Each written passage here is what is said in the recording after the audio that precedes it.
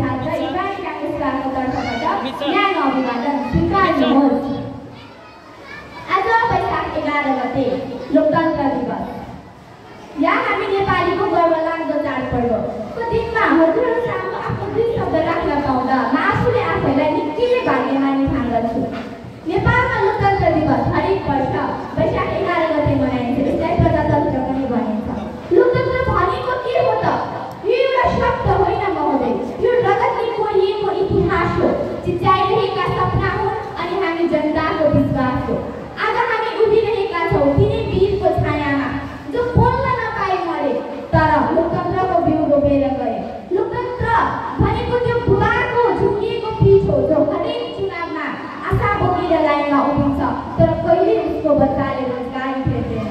लोकतन्त्र भनेको ती आमा हुन् जसले सुत्केरी बोक्दै अस्पताल पुग्दा बाटामा सास तान्न छोड्छन्। किनभने उसको गाउँसम्म सडक पुगेकै छैन। लोकतन्त्र भनेको त्यो छोरी हो जो पढ्न चाहन्छ तर उसको घरमा के भन्छ थाहा छ? पढेर के गर्छ? आखिर पढेर जाने अर्काकै घरमा हो, पढ्नु पर्दैन त बिहे गर। त्यसैले म सोध्न चाहन्छु विनायक महोदय, लोकतन्त्र कागजमा मात्र हो कि हाम्रो आत्मामा पनि ठाउँ बनाउने हो?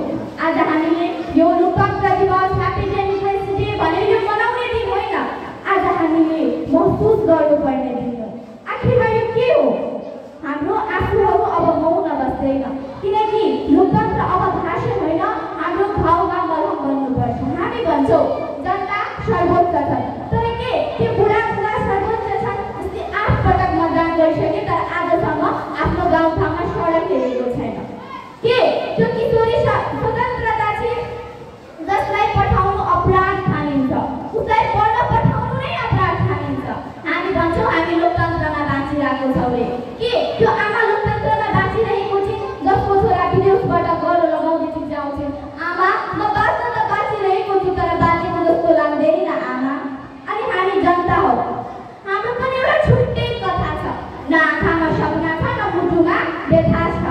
जहाँ डर छैन बोल्नलाई, जहाँ रोग छैन सोध्नलाई, त्यो हो लोकतन्त्रको देश। हामी सबैको साझा सन्देश। अब